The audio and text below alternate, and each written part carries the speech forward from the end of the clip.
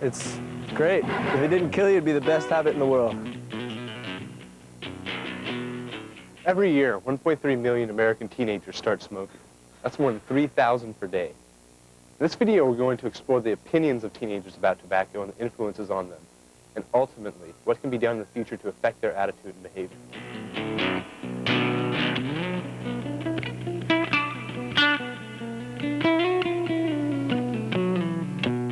All through your elementary education, things like that, you had probably programs like the DARE program and different things with schools telling you not to smoke and tell you the hazards. Why did you start smoking? I started smoking when I was 12 years old because we went to the park instead of to a lesson when I was at school, and everyone was smoking and everyone went, "Lucy, smoke!" And I'm like, "Oh, all right," because a bit like that. And they went, "Inhale!" And I was like, "What?" And they all stood around me, about 15 of them, and they all went, "Inhale!" And so I went,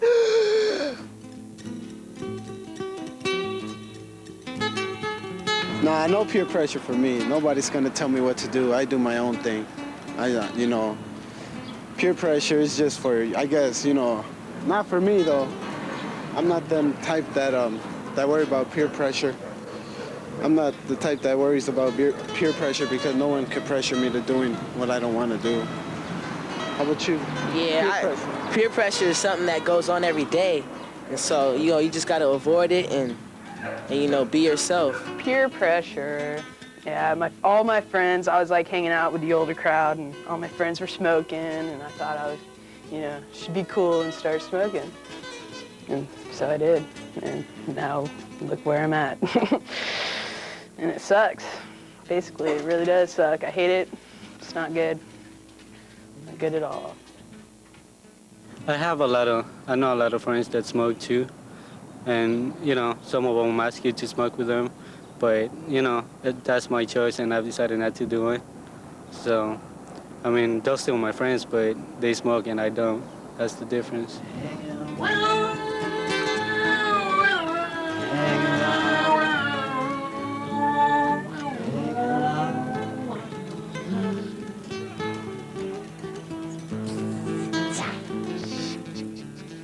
Yeah, so this is the set, and it's going to be a really great showtime.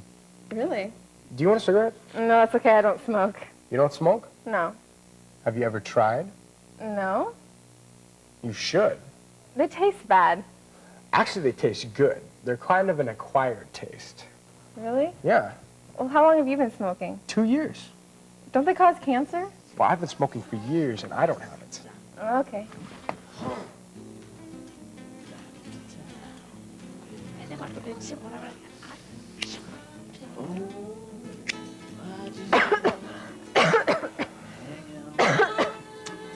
They're kind of harsh at first. You'll get used to them.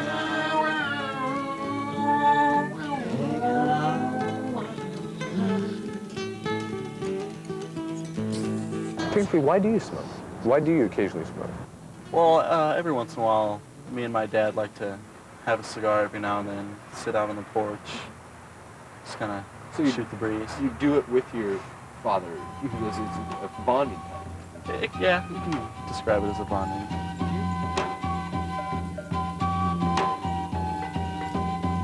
I wouldn't consider it a lifestyle. I might do it with my son, maybe as a kind of a generation thing. And the tobacco companies sell to us. It's they quit selling to the adults. They sell to us, and they sell to our little sisters. No, not my sister. I love my sister. I'll never let her smoke. My little sister started smoking because of me, and I started smoking because of my older sister, who started smoking for my older sister, who started smoking for my mom.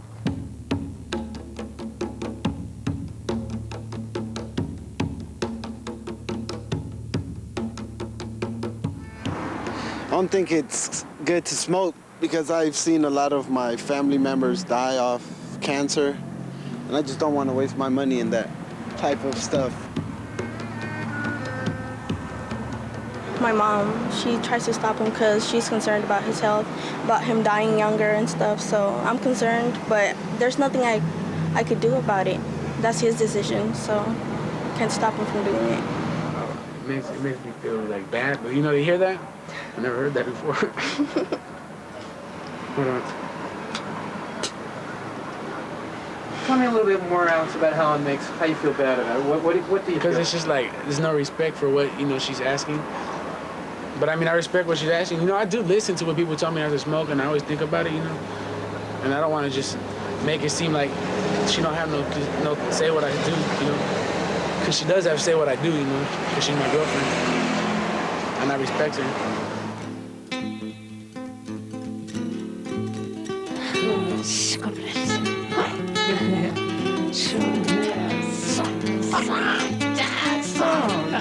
I started smoking because I thought it was cool. I thought it was a cool thing to do. It was cool. I mean, like, everybody smoked, so it was like this cool thing that my family did, and it was just a lot of fun. I see a lot of people just hanging out and smoking, and even on campus, they just don't care. It's almost disgusting almost to see these people around like that. I don't know, I feel like it hurts the image of the school. Well, in the cigarette commercials and ads, it shows people having the good life while smoking, so you begin to associate the two with each other. So I feel in order to have the good life, you need to have a cigarette in your hand.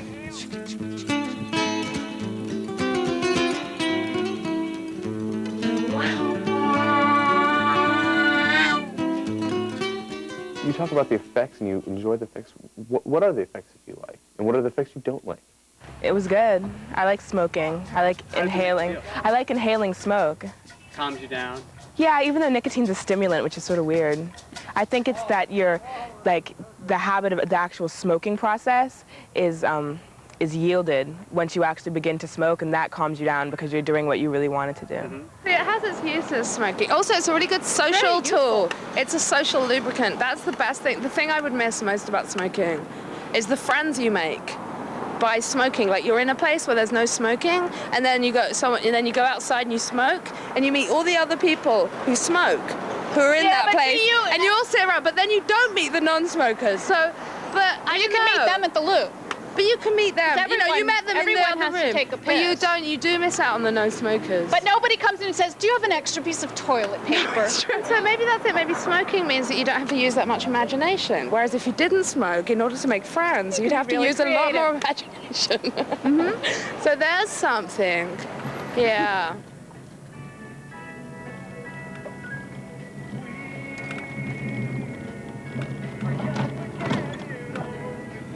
I really got to smoke before I go to Boy Scout meetings, kind of a tense situation because I'm the senior patrol leader. It's my job to make sure everybody's in line and everything, so that can get hectic with little kids. It's kind of weird, though, because I'm the senior patrol leader and I'm supposed to be a good example and everything.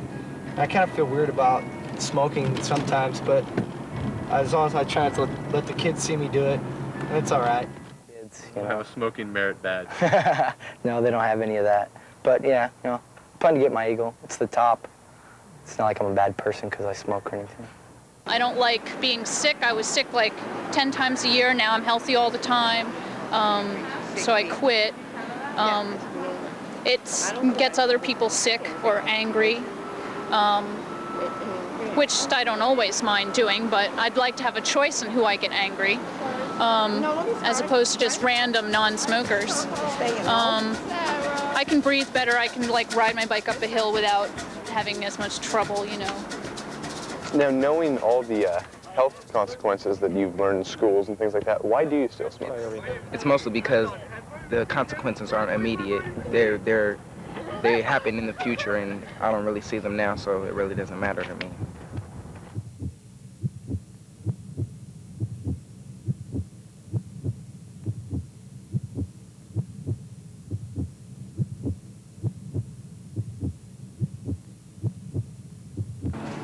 A couple of times, I went to the doctors for smoking. When they said I need to quit for a while. They said I should quit, period. But for a while, and I quit for a while. When I got better, and now I just started again. What are the pictures that you see in your lungs?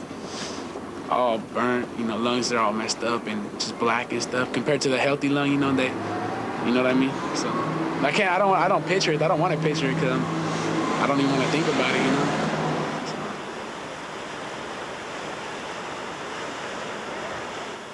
You know, when I'm exercising, I definitely feel like my lungs feeling a bit clogged up, you know. When I wipe out on a sizier wave and I get held down for a longer period of time, I really feel my lungs, you know, sort of caving in almost, you know, and just getting short breath.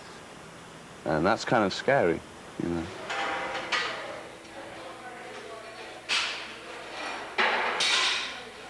I know that you're an athlete, and you're a big-time athlete. Why? Is that one of the reasons why you've chosen not to smoke? Partially. I feel it kind of hinders my performance. I myself have asthma, and it's kind of bad for me. I end up feeling tired and sick almost, and I've never really tried smoking. I'd stay away from it because I've heard horror stories of how it's gonna, you know, ruin my possibilities. My lungs are gonna get my lung capacity for oxygen, and I'm just not gonna be able to perform the same peak performance that I hope to play at. Shoot that! Right here, Zip. When you originally started, did you think of the health reasons or anything like you've been taught, or was it just kind of a invincible type attitude? Yeah, most definitely invincible. I didn't think it would affect me, but later on down the line, I figured out my lungs hurt every time I wake up in the morning. I like cough up this icky, brown, like red stuff out of my mouth. It's just nasty. So I want to quit. I'm trying to today. We'll see how that works. I feel like I need an inhaler, man. I'm hating it. I'm hating it real bad.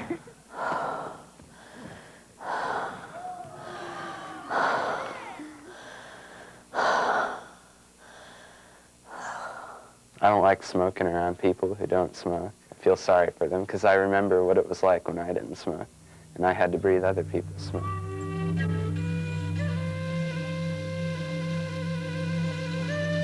I would never be in a relationship with somebody that smokes a cigarette because it's, you know, I can get secondhand smoke, and you know, I wouldn't feel comfortable around that person. Yeah, I wouldn't. Nah. What you? No, I Bobby? would never. I would never. Just the fact, like he was saying, I wouldn't feel comfortable, and then I couldn't deal with a girlfriend with yellow teeth. You know, I'm not with that. And I don't want to be in a relationship where I'm gonna love someone who could probably die, you know. So I'll just look for a nice, you know, good girl that's smoke-free. Jessica, what are you doing? No one smokes in my car. I'm just having a cigarette. I can roll down the window if you want me to. No, that's not the point, Jessica. It's gonna smell in here for a long time. Believe me, it won't smell. I smoke all the time, and it's fine. I'll roll down the window. It'll be fine. Jessica, I'm serious. Like, the secondhand smoke gets to me. My mom smoked my whole life, and I used to not notice, but now she doesn't smoke in the house. And whenever it's like in the house, you can smell it bad, and it does affect people. My feeling on it is that it's my lungs, and I can smoke if I want to. It's my choice. But it's not just your lungs. Look, there's smoke all in here. I'm getting it too, and it's you smoking, but you get the secondhand smoke too. But I don't choose to have your secondhand smoke, so put it out. Okay, I will. Thank you.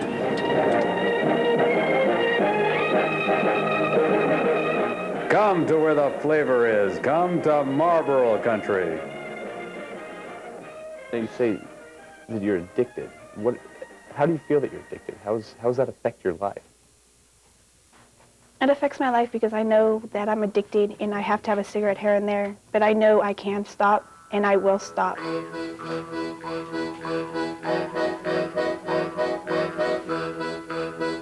You talk about having cravings and things like that. Would you? I know it's a harsh word, but do you consider yourself that you're addicted to smoking cigarettes now? I would say that I probably am addicted to nicotine. I gotta have it, you know. I know when I want it, and I have cravings. So yeah, I guess I'm addicted. It's not really that harsh of a word. It's just tobacco. Dopamine is what gives you that natural high in your body. Yeah. And once you start smoking, nicotine takes over that natural high instead of dopamine, and and that's how you become addicted.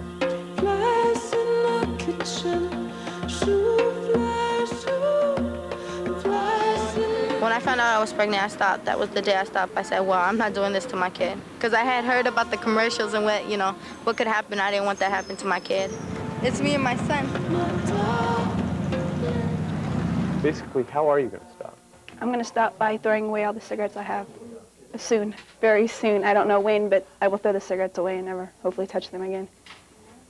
So what do you imagine would actually get you out of smoking? Not having to speak to anyone for about 3 to 4 weeks, not having to do anything that required my brain, not having to be nice to anyone, because when I give up smoking, I want to kill. Do you think that you'll always be a smoker? You're going to be a lifetime smoker? Do you think that this is just something you're going to do now? You're going to eventually quit? I don't want to quit now because it seems like it's cool. I think I'd be a dork if I quit or something. But I don't want to smoke when I'm older because I'm afraid I'll die of lung cancer or one of those other diseases.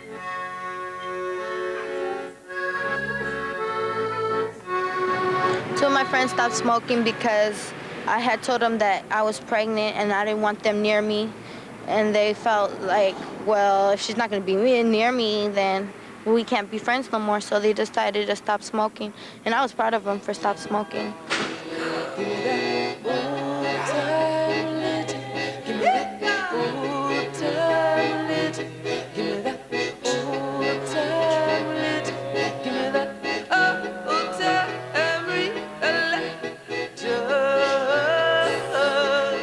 How about educating against smoking and like the hazards, the health hazards, things like that? How has that affected your opinions on smoking? All throughout elementary school, I was totally against smoking, and I listened to everything they said about it, and I never wanted to smoke. But as soon as I got into high school, like all my friends smoked, so I thought it was cool, so I didn't care about any of that anymore. I just wanted to smoke so I could be cool. And I don't think there's anything that they could have said that would have changed that. Personal knowledge from seeing it and being around it, and definitely the DARE program helped earlier on, and you became to realize that you're going to have to be a free thinker when you grow up in life and have to be by yourself, and a lot of the times the situations you're in, and you're going to have to decide for yourself. I took it seriously, and I learned from my adults that it wasn't good to smoke. Well, I didn't get, the DARE kind of stuff until 5th or 6th grade, and by then I was already trying to get cigarettes and smoking in the creek with my friends. Once you're addicted, it's really hard to quit, and so they have like programs at school, try and quit smoking. I haven't tried any of those, and I'm not sure how they would work, but it doesn't seem like that something at school is going to get a kid to quit smoking. My school has given me a little bit of information on what smoking can do and the hazards of it, and such as they give us examples like we'll watch a movie and they'll show someone who's lost their voice because they've been smoking so much. And so we're like, we don't want to do that. That's real bad. We don't want to lose our voice. Or, and there's another example as to where this woman was smoking so much, she had, her baby got cancer because of the secondhand smoke. And so we were like, nah, we don't want to have to go through what she did. She went through pain because of her little girl. So that's just telling us not to smoke right there.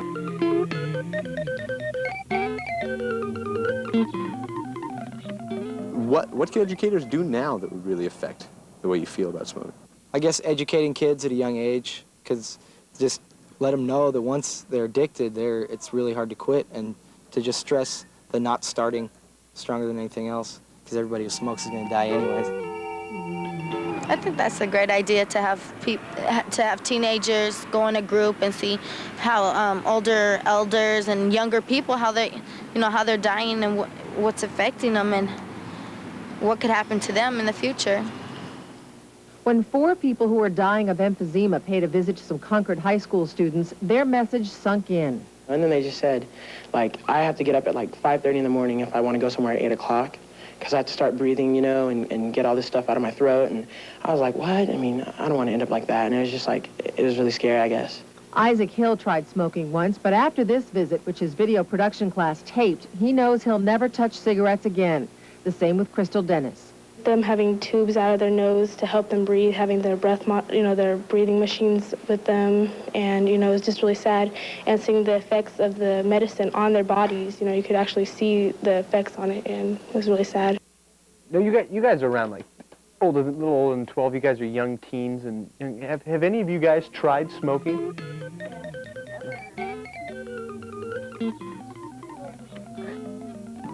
And you're a DARE role model. We've done that together.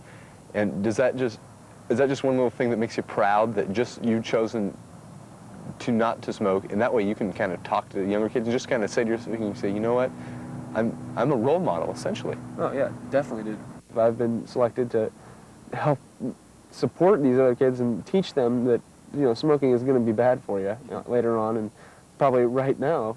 Especially later on, it's going to be bad for you, and staying away from drugs and alcohol and all those nasty types of things.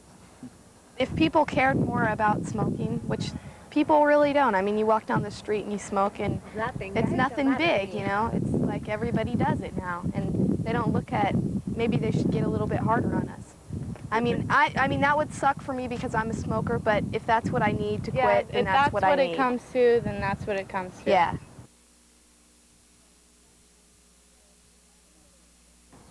Every young person will be confronted with the same quandary, and that's to smoke or not to smoke. They'll be influenced by friends, family, and the tobacco industry itself.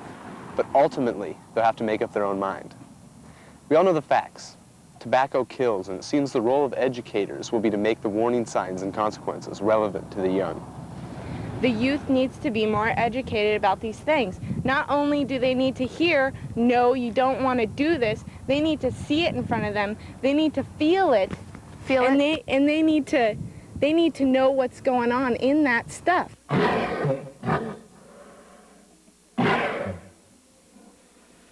They're in a kind of acquired taste. I guess so. But you'll get used to them. After a while, you'll start needing them. Can